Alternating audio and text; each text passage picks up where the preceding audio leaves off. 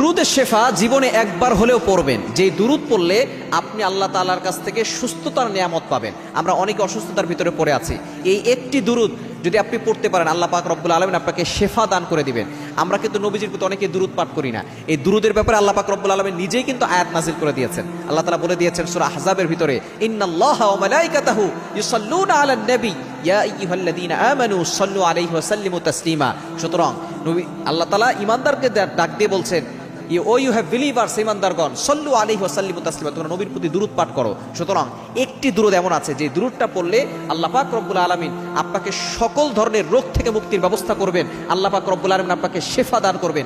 অনেকেই অসুস্থ, অনেকেই অনেক ধরনের ডাক্তার দেখাচ্ছেন কিন্তু কোনো কাজ আসছে না, আপনি এই দুরূদটা বেশি বেশি পড়বেন। দুরূদটা কি? আল্লাহুম্মা সাল্লি আলা সাইয়্যিদিনা মুহাম্মদ ওয়া আলা আলি মুহাম্মদ বিআদাদি কুল্লি দাইউ ওয়া দাওয়াইউ ওয়া বিআদাদি কুল্লি ইল্লাতিউ ওয়া শিফা। এই দোয়াটা, এই দুরূদটা আপনি 41 বার পরে পানিতে ফু দিবেন, ওই পানিটা আপনি খাবেন, দেখবেন আল্লাহ পাক রব্বুল আলামিন আপনাকে সুস্থতার নিয়ামত দান করে দিবেন। অবশ্যই এই দুরূদটা খুবই কার্যকরী একটি দুরূদ, কারণ নবীজির প্রতি দুরূদ পাঠ করলে আল্লাহ তাআলা খুশি হন, নবীজিও খুশি হন, এবং এই সময় আল্লাহর কাছে দোয়া করলে সেই দোয়াটা কবুল করেন। আপনি এই দুরূদটা পড়লে আল্লাহ পাক রব্বুল আলামিন আপনাকে আল্লাহ তাআলা শিফা দান করবেন এবং সকল ধরনের রোগ থেকে আল্লাহ পাক রব্বুল আলামিন আপনাকে মুক্তির ব্যবস্থা করে দিবেন।